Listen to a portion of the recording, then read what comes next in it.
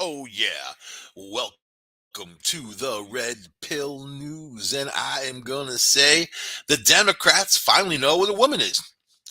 All this talk about abortion, they're saying it's a woman's right to choose. They know what a woman is. It's the whole gender thing's been knocked out of the box. No more guessing at what somebody is. A woman can have a baby, can make a baby, right? I know they're gonna say, well, there's men who carried or whatever. I'm not talking about some freak experiments. I'm talking about the natural, human of what you can do naturally. They finally know what a woman is. You got a Supreme Court justice going in who said that she's not qualified to say what a woman is because she's not a biology.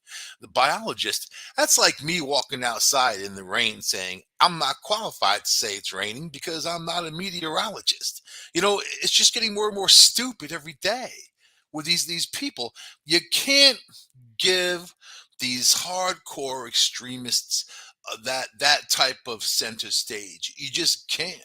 They need to be on the fringe because that's where they put themselves. That's where they belong. You can't accept what they do as normalization. All of a sudden, it's okay to attack comedians, right? Think about that. Think about Dave Chappelle being attacked the other night by a dude with a fake gun that had a knife in it. It's just the normalcy of these things is going to encourage more of these attacks to happen. You know, when Trump was running for office, right? You guys know, you listen to the show. This is my disclaimer. I'm not a Trump fan, but when he was running for office, the other side, the Democrats, were rioting and burning down police stations, and they were encouraging violence. The politicians, they didn't discourage it, And I thought Barack Obama was going to come forward and say, listen, you can't have these riots. You can, peacefully protest, but you don't burn down police stations and hurt and kill people, rape people. All this stuff was going on in these riots. You know, they said keep going. Hillary Clinton said, keep going. Barack Obama said, keep going. All of the big Democrats told the people doing this to keep going and put in millions of dollars into dark money fund so they can go and do these things. Does that sound like a politician that's going to equally represent everybody across the board? Or does that sound like somebody who conspires for power?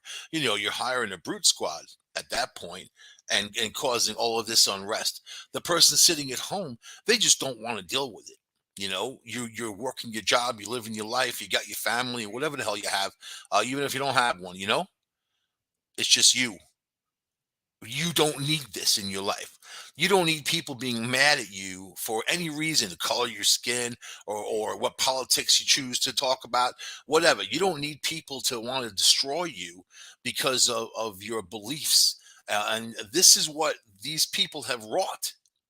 They've brought us back to a place where people were persecuted for their ideas and beliefs. And then the Democrats have the nerve to say that that's what they're afraid of. That's why they do these things, because they don't want people, to take away their rights so they can do. So this is the deal. They're always the opposite of what they say. I've noticed this all my life. Whatever these hardcore extremists, especially on the left, whenever they say something, it's always the opposite. And these are the warmongers. These are the people that want strife. They are messed up in their own personal lives. They have no balance. They have nothing going on except the hate behind their eyes, and then they transfer it out there in the world. They project it on people, sometimes for no reason at all, right? But you have a group of people now that have been incited by political representatives to go and hurt or kill people because of their ideas. You have the Academy Awards, right? Will Smith goes out and smacks Chris Rock because of something that Chris Rock said about Will Smith's wife having a bald head. You know, nobody. This is the deal. Nobody wants to lose their right of speech, right? And there's free speech and there's free speech. Can you stand up in a crowded movie theater and scream fire? That's not free speech unless there's a fire, You're getting people out the door. So there's limits in certain situations. But hey, saying your wife is bald or something like that doesn't deserve a dude to come out and bitch slap you on stage in front of the world, and that set off a whole chain reaction. But he wasn't slapping Chris Rock. He was slapping the relationship he has with his wife, because it's all messed up between them, and it's been messed up. The more things are messed up in your relationship, and if you try to keep that relationship going, it ain't going to get any better. It's just going to get more messed up, and go to places that you definitely don't want it to go. So, but now it's acceptable. That one slap, boom, has justified attacks. You know, it desensitizes people to these things, and then makes it more normal, saying, "Oh, it's okay if I go up there and beat up a comedian. I'm going to go up there, kick the comedian's butt, right? Because I don't like what he said. It ain't funny. So I want to get up there." So Dave Chappelle, one of my favorite comedians. I love Dave Chappelle. I think he's great. Uh, Dave Chappelle attacker Isaiah Lee, who's not being charged with a felony, by the way. And I have to say, Dave Chappelle in that theater, you need you need better security, man. Nobody should have gotten up on that stage. No one. So I'll say that. But this guy, the guy who attacked Isaiah Lee, the one who attacked Dave Chappelle, let's see, the armed man who allegedly attacked Dave Chappelle on stage in Los Angeles was a wannabe rapper with a temper, who was known for creating havoc in his apartment complex. This is what his neighbors said. Isaiah Lee, 23, was arrested after he was allegedly bum rushed Chappelle while carrying a strange knife that looks like a handgun, uh, and caught on video. Of course, everybody's there with their cameras and everything. Former neighbor Russell Taylor remembered Lee as someone who could be set off with a word. So the guy shouldn't have been out there in public. Somebody who is that kind of a powder keg that can be set off and act violently shouldn't be out there, right? Or should be treated, certainly, in a facility, not endangering people. So, okay, whatever Chappelle was saying, and he was not feeling, it would be no surprise that would set him off. He's like, "Hey, I'm going to run up and fix it." There you go. That's what you want in your audience. The slap heard around the world. This is the kind of guy who would take action if you do something he didn't like. Exactly. Exactly. Will Smith justified this, you know, doesn't know the guy, doesn't know any part of it, doesn't want any part of it. Justified it with his actions. And then the Academy justified it. Well, we're going to ban you for a while, but here's your award. And everybody clapped for him because he's so great. I don't think Will Smith is great. You think Will Smith is a great actor? Have you actually seen him act? He's just the goofy dude. Hollywood's non-threatening black guy. That's really that's the actor. They go to him for those roles. They don't go to other people, and that's you got to ask something about Hollywood. What are they portraying, and what do they want to portray? I mean, when I look at commercials, I see most men in commercials, and I'll say, 95% of males come off as very, very effeminate, so including black males. Can't they have masculine males? Can't they have a male who's centered in masculinity? No, in the PC world, it's toxic. In the PC world, they say anything masculine is toxic. What kind of message is that? And who is the PC world? You know who it is? It's Hollywood. It's the people who control these media channels, the ones who are coming up with the advertising. Have you seen ads on TV? Have you noticed anything different about them? I'll let you answer that question for yourself. Let's see. So this guy Lee had lived with his brother and his brother's girlfriend. Must have been nice for them, with a guy who's always going off at a condo, on and off for about 2 years. I bet they dreaded the day that dude came back. I bet the whole condo facility, whatever, they saw that guy. I lived downstairs from a older couple down in Amityville, right? And they had this son who was a criminal, and always getting in trouble, always getting locked up, and he'd go away for 3 months, 4 months, 6 months, 8 months, whatever. And when he would come out, he would seek them out and stay with him for a few weeks. Of course, there'd be all kinds of things missing, people's car stereos going missing in the complex. This guy breaking in to other people's apartments, a series of break ins that just were mysterious, right? All of that. And we all dreaded the day that dude would come back. We all dreaded. People lived in fear of that. He come back, you make sure everything's locked up, make sure you look out the window of your car, you know, whatever. So yeah, and this is another person like that.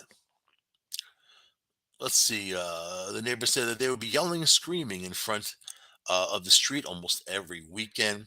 They would always come back after an hour at the police department or the next day.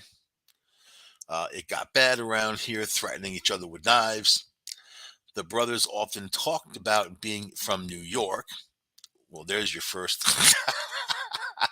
New York, New York is world known, man. No matter where I go, I don't even have to say I'm from New York, and people all just automatically listen to me.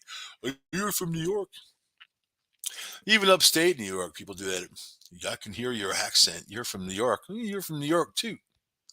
I'm just different than you are, man. We have a different way of talking down in the city, kind of a tough little type of thing, eh? Yeah, right. Give me a bagel with cream cheese. And don't go light on the cream cheese, mister. Well, all right. This guy claiming that Lee meant that as to brag, saying New Yorkers don't take crap from anybody. Well, I think we're desensitized. I don't know about that. I think it's just the opposite. We're desensitized, not about taking crap. It's more about, what we're willing to do. So I don't know. Your response to events when you're a New Yorker. You gotta be quick on your feet too. Jump out of the way. Some wayward cab or somebody want to drive over you on the sidewalk because they're having a bad day. Yeah, yeah, yeah. There's all that too. Man, the city used to be so much fun. Back in the day, I'd be hanging out at my friend's studio, Ultraphonic in East Meadow, not even all that far from the city. We jam all night, then be hungry, pile in the car, drive everybody into the city, down to Chinatown, go to a place called Woo Hops. It's 24 hours a day, and it was cool. Yeah, there was crime and there was this and there was that, and you got to know what the hell you're doing wherever you are, but it wasn't like it is now. The crime wasn't as random. If it was crime, it was more for a reason for crime than just some person going off the hook. But we've talked about it on the show before about how people are going to act and react, especially with the pandemic. Now you got this war thing and the pandemic, COVID is back and growing numbers. So it's not letting up, and then also financially a lot of people are struggling, and then things are expensive. Gas is up, all these food prices are up. We're all paying for it, we're all suffering. The people who are poor are poorer. The middle class are becoming poor. This is what it's just destroying people when it costs you more to get to work. Or if you got to drive a certain amount to work, that drive's not gonna change. It's still gonna stay the same. Or the politicians say, "Oh yeah, lower your thermostat, raise your thermostat, whatever, be cold, be hot." Basically, suffer, suffer, suffer, pay big bucks in taxes, and they're gonna throw it away. They're gonna take your money and throw it away. I see all these agencies they're coming up with. Democrats love popping up these agencies. Oh, now you have an agency that's I was gonna watch people's speech, their speech, and monitor their speech. This is America. And this is what they're doing. I saw the woman they put in charge of that. They have a video playing nonstop of her, uh, and she's crazy. She's nuts, man. She's like 100% crazy nut. You could just tell. I know crazy. I've been exposed to crazy. I've been around crazy, and that's crazy. Probably was 0 to 10. 10 being most crazy. I'd say she's a good 7, 8.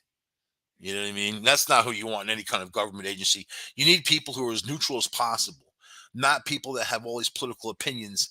When you're doing work for the people, your opinion does not matter. You're doing work for the people and all of them, and there's their opinions of what kind of job you're doing.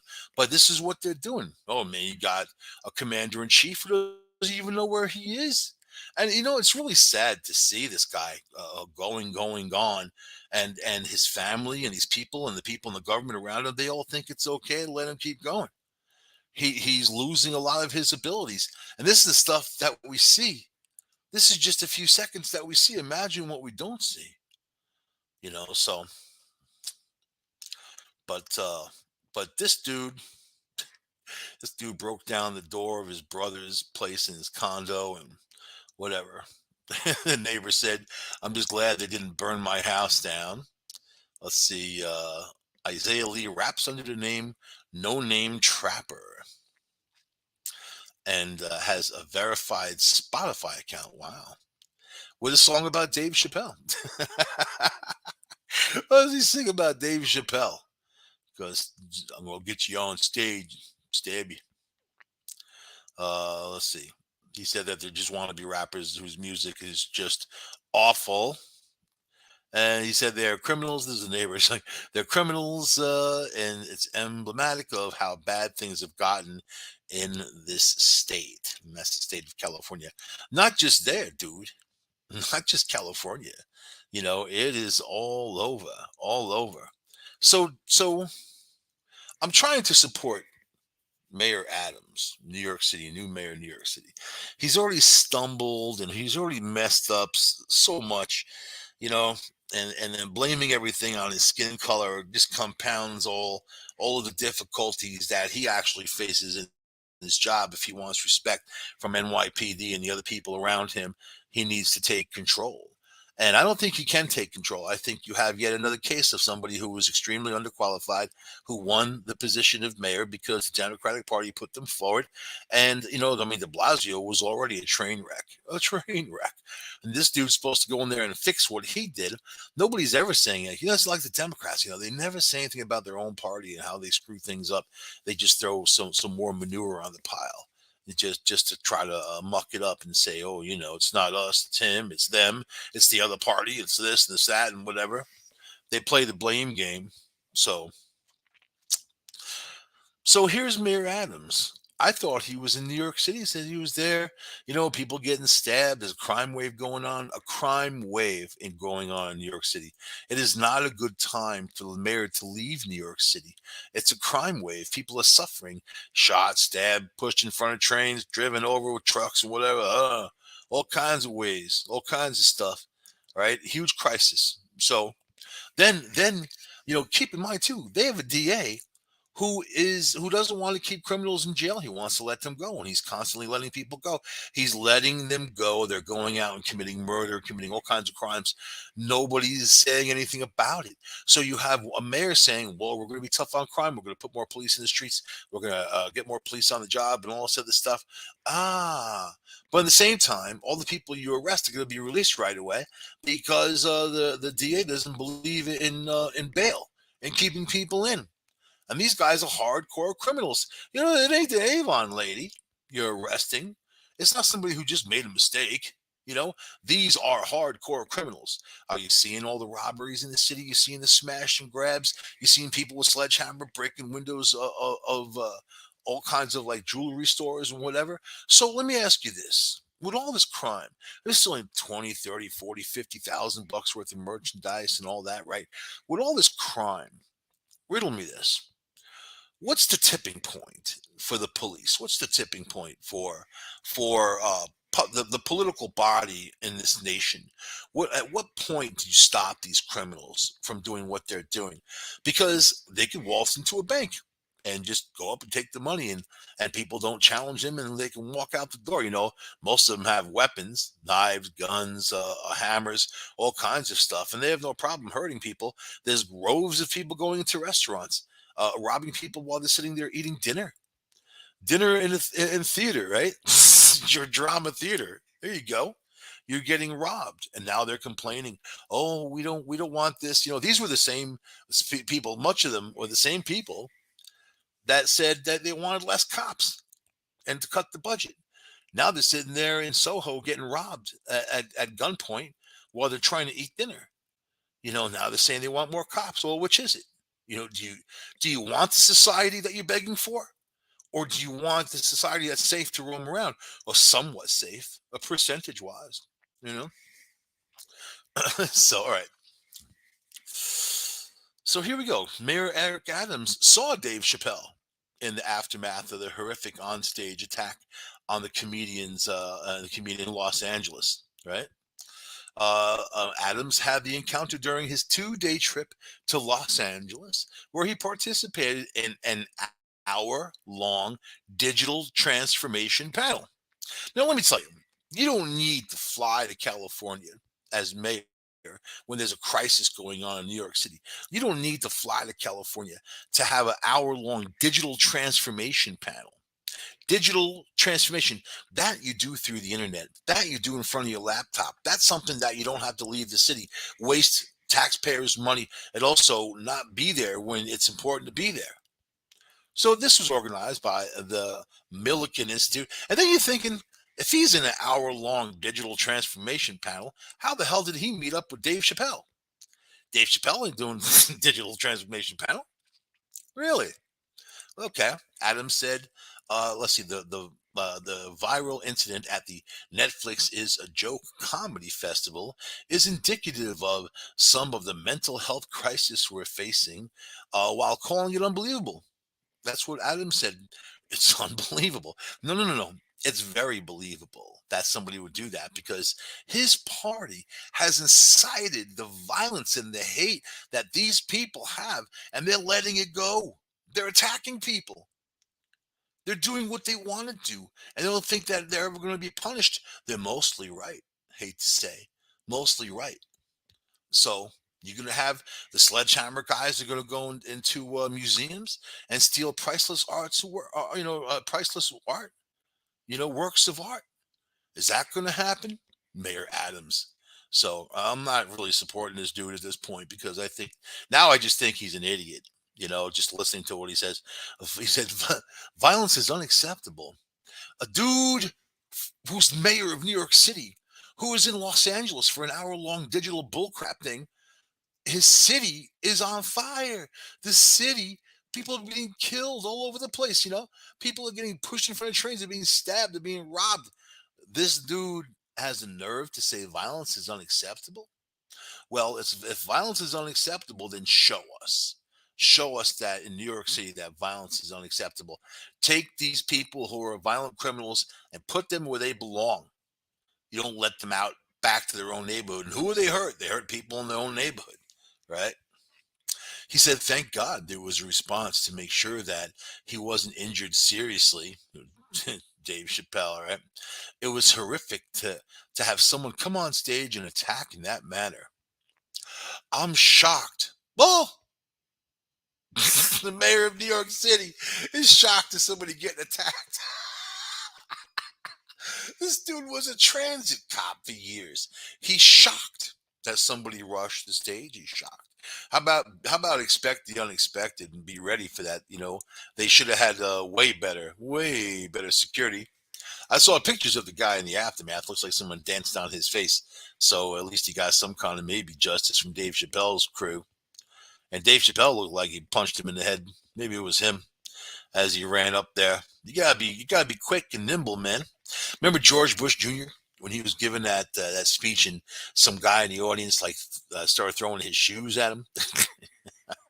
One shoe kind of whizzed by his head, and he was ready for that shoe too, man. He was like ready to duck and dodge. That's pretty good. I don't think we've had a president that could move like that in a while. You know what I mean? I don't think a lot of them could have gotten out of the way. Let's see. Dave Chappelle. He was just telling jokes, Dave, said Adams. The mayor was glad to see Dave Chappelle appeared well at a private event they mutually attended. So he goes to LA. He attends this hour-long bullcrap thing, which is just an excuse to go there. I bet I bet he doesn't even remember what the hell it was. Like what the thing was all about. He just remembers hanging out with Dave Chappelle and other famous people, hobnobbing with famous people. And this is what pisses me off about these low-level politicians when they rise to a higher power. They just care about being Hollywood, mayors, Hollywood presidents. Obama was like that. This dude's like that. There's a lot of them who are like that, right? They want to bump elbows with famous people, whatever. That's not their job. He doesn't represent anyone in Los Angeles, and his city is has big trouble. But the guy's going to be there hanging out with Dave Chappelle, right? He made remarks to the NBC reporter at a separate event celebrating, let's see, the Berugin Prize for Philosophy and Culture. The philosophy of getting rushed on stage, duck, or run, or just be ready, man. Drop that sucker. All right. So Dave Chappelle is lucky he's alive. If this guy did decide to use his knife against him, or if he did have a gun, the situation could have been a lot different. So on Tuesday night, the comedian also celebrated at a VIP party at the Pendry West Hollywood Hotel, where he was having a great time, reportedly. Following the attack, Chappelle joked his attacker was a trans man. Of course, Chappelle's under fire with the transvestite comments and whatever. And now there's a movement against him, J.K. Rowling and other people that so-called the cancel culture is trying to cancel because of their views. Do I think Dave Chappelle hates gay people? No. Do I think that he hates trans people? No. Do I think that he thinks it's funny as hell? Yeah. So it's going to happen that way. You know what? It depends on what you're willing to ask people to believe in and what you're willing to shove down their throats. And if you shove it down their throats, they're going to not be very happy about it. So let's see. Of course, the trans man, several controversial statements on transgender issue. So Dave Chappelle is a comedian. He's not a political analyst. He's not somebody who makes politics. He's not in politics. He's a comedian, right? Whatever he says is his comedic nature, and that's how it comes out. He's not coming out with hate speech or anything like that. But look how the system is turned on him and how they've gone after him for this whole thing, right? United States of America, there's 3.4% of the public identifies as LGBTQ, whatever comes after that. 3.4%. There are groups that are in that group saying that there's much more than that, but they're just not coming forward because they can't or they're afraid. Well, that might be true. That might not be true. I can just go by the numbers of what we can identify out there. So, and 1.4% is trans people who identify as trans people, right? To go to the extremes of canceling shows, canceling movies, going off the hook because somebody made a joke about somebody else, and you got to be able to laugh at yourself. You got to come on. You're a 6'6" hairy guy putting on a pantyhose and a dress. That's funny, man. You got to be able to laugh at yourself. If you're identifying as a woman, there's just something inside of you, and all these Democrats saying, oh, no, no, no, no. There's all these different genders. They have identified all these, I don't know, 27 genders. I'm like, oh my God. I know about male and female and maybe hermaphrodite in between, and that's all that there really is. If people want to identify, hey, I identify as a pirate, man. And a pretty good one. Actually, I identify as that. You identify with whatever you want, I guess. I guess. A genie and walk around like that. There are people that identify as babies and they have diapers. These men walking around with diapers, and big baby bottles. Things have gone too far in the world of permissiveness. When you start accepting people when they're having problems that should be dealt with in a medical way, psychological and things like that, then you can't encourage, you know, the let's say symptoms of their sickness. Right? What I mean, so whatever you identify as, that's fine by me as long as you don't hurt anybody. That's my world. When you had the guy with the cake and he wouldn't, the two men on top of the cake because two gay guys came to him and said, we want to get married. And then there was a big news story. And then the court sided with the guy of his religious reasons of not putting two men on top of a cake, when really it comes down to a financial transaction. The guy baking a cake for two gay men does not mean a ticket to hell for him. And in his own religion, he's the one who's breaking from the ranks by judging other people and not loving everybody. He's the one who broke the ranks. It doesn't matter that these guys are together. That's not his path. This dude who makes the cakes, his only job is to make a cake, right? And we can get into to specifics about what these people believe in and how dare they judge others. Don't throw glass, don't throw stones in glass houses and all other crap. Let me tell you, man, there's a lot of that out there, and a lot of judging coming from regular old people, and they use their religion to do it. So anyway, let's see. Moments after the Thursday night tackle comedy guest, he was there too. Chris Rock came on stage and gave Dave Chappelle a hug. Chris Rock should have came on stage and smacked Dave Chappelle. That would make everything all the more normal. All the more. Let me run out there. Smack you in the face. Keep my name out your mouth. Uh, so of course Chris Rock comes out and he says, "Was that Will Smith?" Yeah. So on Wednesday, Isaiah Lee, 23 years old, was charged with felony assault with a deadly weapon, and apparently the felony charge got dropped because of some bullcrap. So I don't know, man. He's gonna walk. Nothing's gonna happen to that dude. He's hot tempered, known for causing trouble. That's great. That's great. And you know what? If he was gone, nobody would miss him. And people wouldn't be afraid to live in their apartment complex knowing that the guy is going to come back. It's kind of funny when you think in those terms on victims. This guy creates a lot of victims, either from direct crime or indirect. It's just victimage, right? Anyway, they smack him. You got Will Smith's wife out there saying that she never wanted to get married. So she's got this podcast, and she has him, Will Smith, come on the podcast to get ratings, and started recording the guy in their own house, and on her phone, and he was really angry. He was like, you don't start rolling on me in the house. It's my own house. Start rolling on me. I'm just trying to get you on the show with our therapist to talk about your progress, and like putting them down, right? Here she said, I never wanted to marry Will. They forced me. They forced her. I don't know who did it. The mom. Jada Pinkett Smith's old confession about her wedding. You see, I think that some people just can never be happy, and you have to identify that about them before you get deeply involved, you know. And there's a time and a place for everything. But let's talk about the thing that men in America, the only thing men in America care about is their penis length. Yeah, and it's interesting. They did a study on who's got the biggest penises around the world.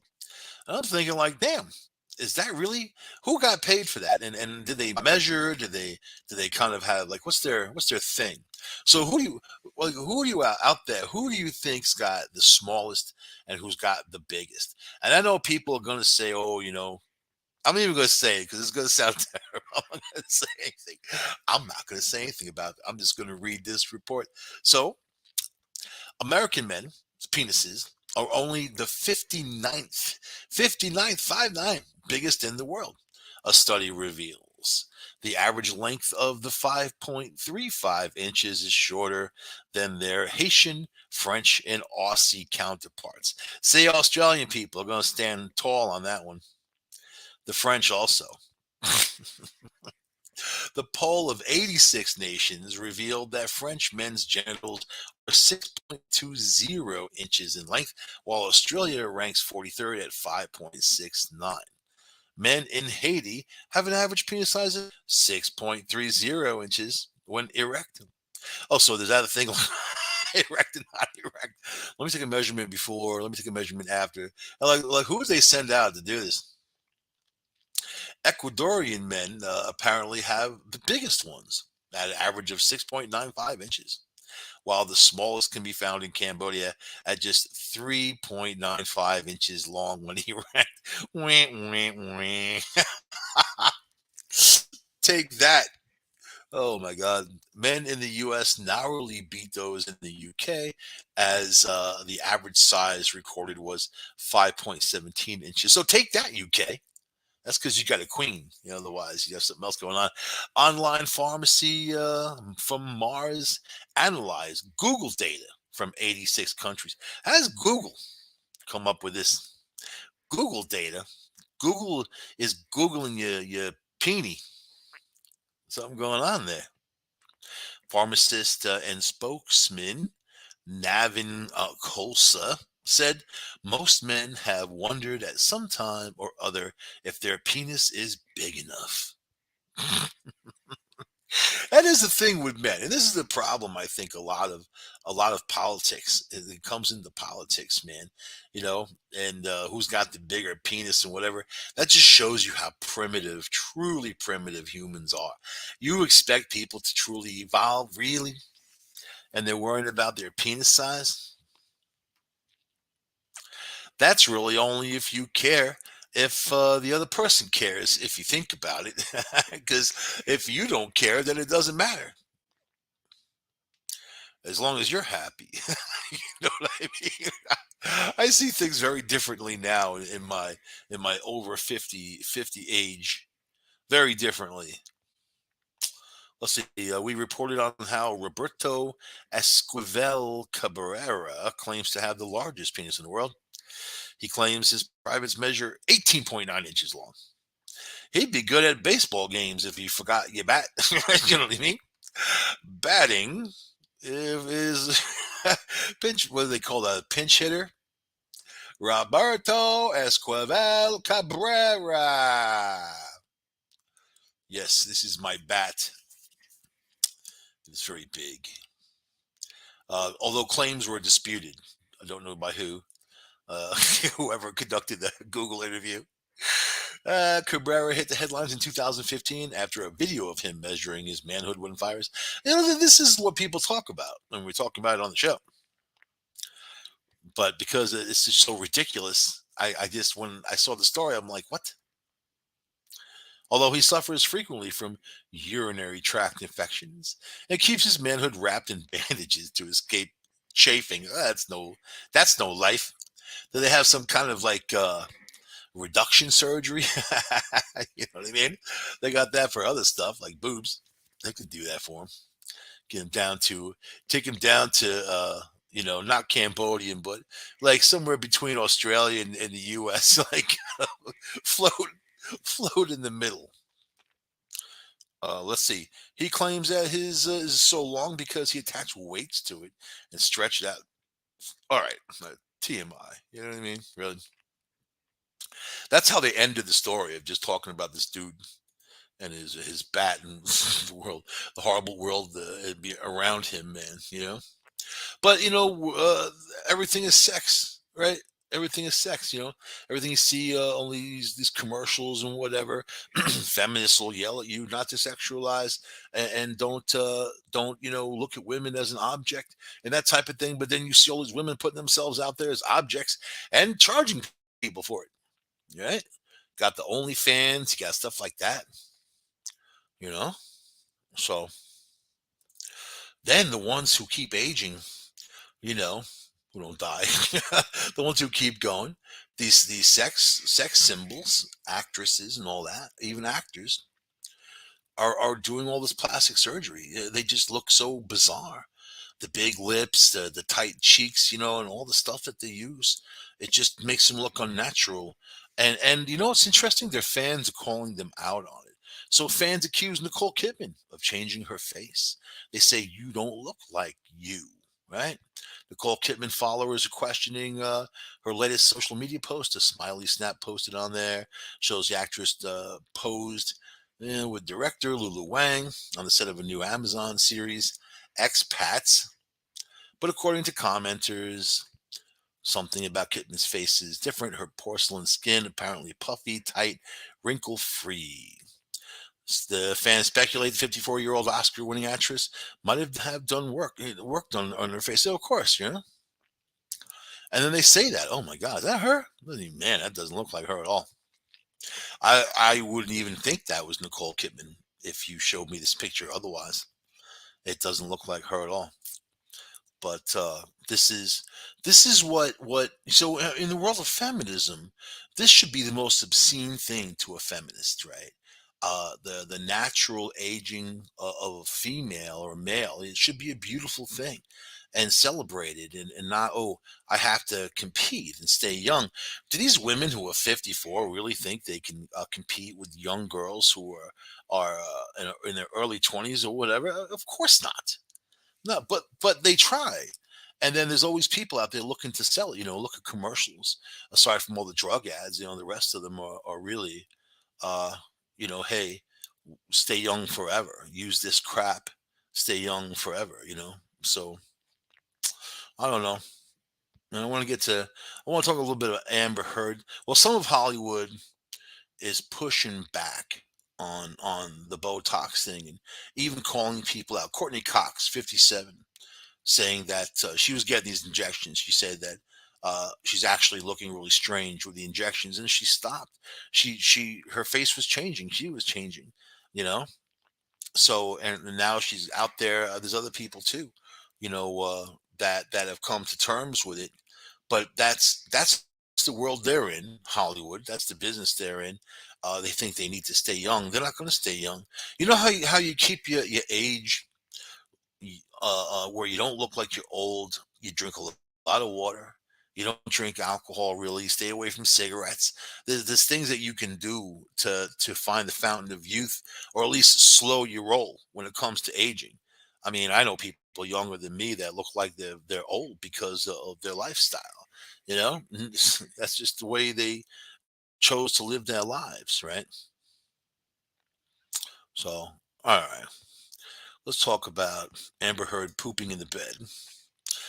At some point in your relationship, it's over when your other poops in the bed. And I'm not saying from any kind of activity. I'm saying like they're in there by themselves and they poop on your side of the bed. That's when you're dealing with a complete and total psychopath. There's no other sign that you need to say you're a psychopath. So of course the trial is going on, and now she's giving her side of the story. She fired her PR team because they weren't doing a good job because people were going towards Johnny's side. I think they're both the same. I think they're both equally. They're both they're both turds. You know what I mean? Let's see. Let me get to the turd part. Here we go. Through a live video broadcast in court, Jenkins recalled accompanying the actress to the famous event, some event in 2016. While driving, he said that the two had a conversation related to the surprise she had left Johnny Depp on his side of the bed. He expressed in his testimony it seemed that the surprise occurred just after a heated argument between the couple, and she she went and took a major poop on his bed and tried blaming it on the dog. Johnny Depp said the dogs are very small and they never had pooped that big. Johnny Depp measuring the size of his dog's poop. You just know. You know what your dog can do. Right? Let's see. Depp acknowledged in front of the magistrates and everybody else in the room that at that time he saw a photo of the incident that took place after a strong fight during his ex's 30th birthday party. Uh, uh, he laughed. It was out of place, so bizarre and grotesque that I couldn't help but laugh. There you go. There you go. Although, according to the artist, he tried to blame the dogs for the unpleasant incident, but they're tiny Yorkies, only about 4 pounds each. Must have been a pretty big log in the bed, you know. And you know what?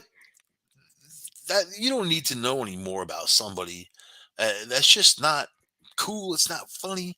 It's not anything. You poop once you poop in the bed, it's over. There's really no. I mean, you're not pooping in the bed because you're sick. You're not pooping in the bed because you got some other kind of problem.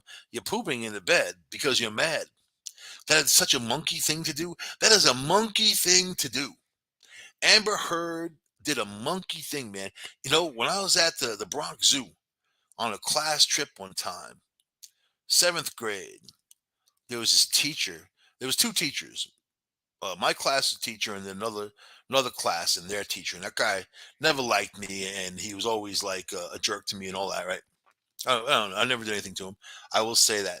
But sometimes chemicals just don't mix with people. So this guy would always give me a hard time in school and whatever.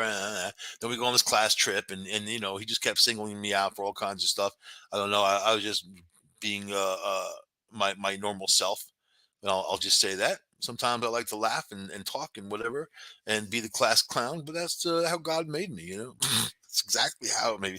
Anyway, we're at the monkey cage, and this guy is talking crap. Not even to me. He's talking crap to the monkey at this point. The monkey took a handful of poop and threw it right at the guy's face. I thought that was magical. It was a magical moment because I laughed, and I never let that guy forget about that. Yeah. Hey, teach, remember when the monkey threw crap in your face? Oh my God, it was so funny. That's Amber Heard. Johnny Depp is lucky she didn't like poop right in her hand and whip it right at him, man. So at that point, it's done. Now here they are suing for hundreds of millions of dollars. He's suing for 100 million, she's suing for 50 million, or he's suing for 50 and she's suing for 100. Ugh, these people are disgusting, man. So anyway, that's all I have to say. I'm going to end it there in the Red Pill News. Look out for yourselves. Make sure you don't hook up with someone who's going to poop in your bed or do something even worse. I will talk to you guys later next week on this show. I love you all. Have a great night. Bye bye.